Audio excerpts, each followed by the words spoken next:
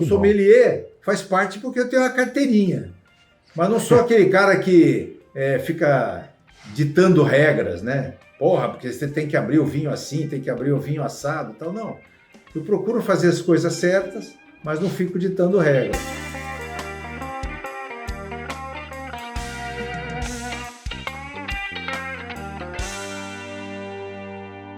Olá pessoal, mais uma vez estou aqui com vocês e tenho o prazer de gravar um episódio inédito com o Sérgio Silva. Sérgio Silva, um grande amigo, um publicitário que teve uma transformação incrível na sua vida, ele vai contar pra gente. Antes de mais nada, eu queria fazer um agradecimento especial à nossa querida Água Prata, a Great Place to Work e à Casa do Bom Conteúdo. Tá? Não esqueçam de compartilhar, se inscrever no nosso canal, compartilhar nas nossas redes sociais e curtir sempre. Sérgio, seja muito bem-vindo. Cuca, é um grande prazer estar aí com vocês.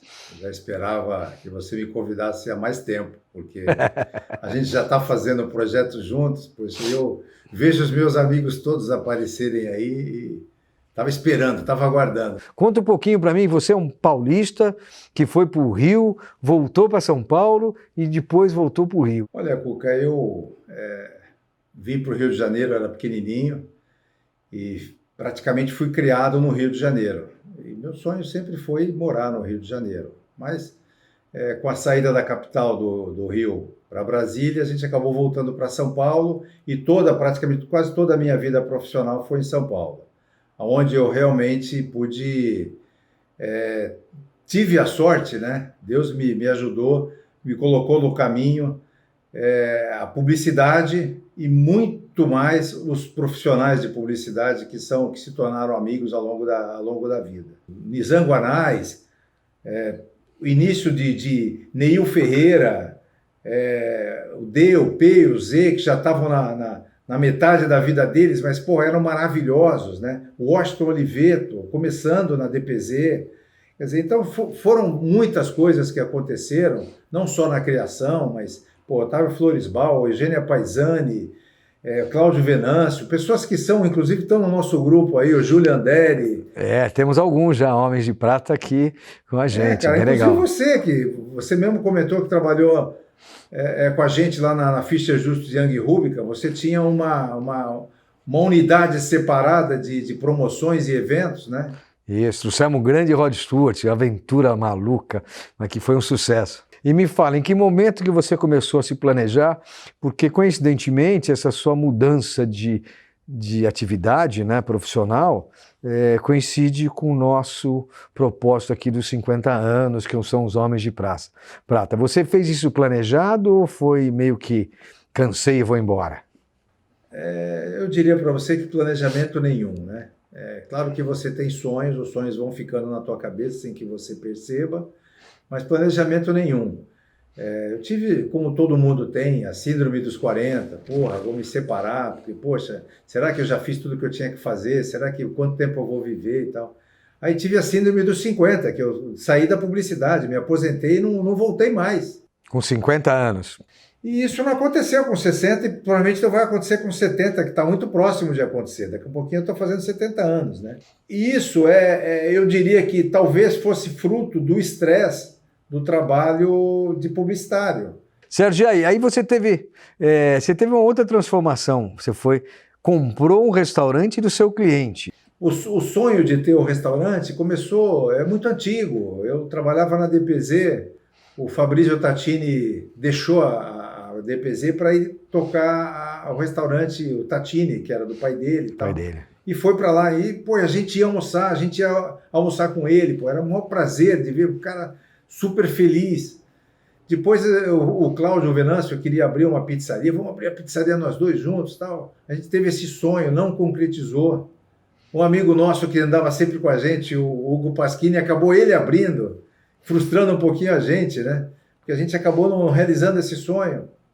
Depois eu tive o Rubaiá, quando eu estava na DPZ, o Rubaiá era do meu grupo, e foi a virada realmente do Rubaiá. Então a gente passava almoço e janta no Rubaiá durante 4, 5 dias da semana. Que legal. Você não percebe, mas isso está dentro de você. É verdade. Eu nunca soube nem fritar um ovo, Mas você está fazendo uma coisa melhor. Você está construindo a nossa história das nossas lives dos Homens de Prata sobre vinhos. Sei lá, 2001, 2002, eu estava fazendo um planejamento para esse restaurante e a gente desenvolveu o sistema de delivery deles e imaginou ter 5, 6, 7 deliveries, né, desse restaurante, que é um restaurante muito premiado no Rio de Janeiro, né? E acabou com que eles não tinham verba para abrir esses deliveries. Eu vendi minha casa, entrei na sociedade. Como eu sou administrador, eu comecei a perceber que tinha determinadas coisas que você tinha um investimento muito grande, entre elas o vinho. Então, vinho, carne, peixe e tal. Mas o vinho era uma coisa super gostosa de você acompanhar. Então, Com eu entrei certeza. na Associação Brasileira de Sommeliers. Comecei a aprender tudo sobre vinho, comecei a fazer degustações, a viajar, quer dizer, conhecia alguns lugares do mundo, mas conhecia assim, ia para a França e conhecia Paris, conhecia Lyon, mas não conhecia os arredores de Paris, não conhecia Champagne, não conhecia... Então, assim, a gente foi aos pouquinhos, né? Então, vamos para a Itália, vamos para Portugal... E fazia as coisas de carro, rodava a Espanha inteira, parava em 10 produtores de vinho e tal. Isso fazia eu e minha mulher mais um casal. Então, assim, a gente foi aprendendo muito sobre vinho, sobre gastronomia, e trouxe isso para o restaurante, né? Então, hoje, eu faço essa coisa com muito prazer, né? Primeiro, beber vinho para mim é um prazer. Segundo, falar de vinho, principalmente das coisas que eu conheço, eu tenho o maior prazer. E não sou nem enólogo, nem enófilo, eu sou um cara que gosta de falar de vinho, né? Mas na nossa live você não que tem. Meus amigos gostam, entendeu? Na nossa live você manda bem, cara. Porra, para com isso.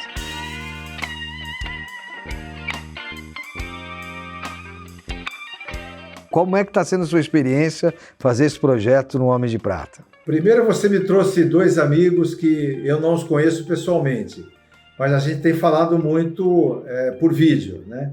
São 2 pessoas que adoram vinho, né? Que gostam de bons vinhos, né? E não necessariamente de vinhos caros. E esse, para mim, é o ponto, né? Então, às vezes, a gente falar sobre um vinho que a gente não conhece, mas que a gente conhece a região, conhece a uva, conhece o produtor, e isso a gente começa a contar história, e isso não para. A gente fica... Divertido, né? O dia que você me convidou para fazer a live aqui, me disseram, então você fala sobre a região de Champagne, eu contar a história da Viúva Clicquot é maravilhoso, porque é uma coisa que é curricular, entendeu? Quem não assistiu, volte e assista lá na live número 1 dos vinhos, que tem essa história de Champagne, é muito legal. Você estar no Chile, e escutar a história do Casilira del Diablo, e, você passa em qualquer lugar que alguém já tenha ido para o Chile, que tenha ido na Conte Toro, vai falar do Casilira do Diabo. Então, isso é fantástico, entendeu?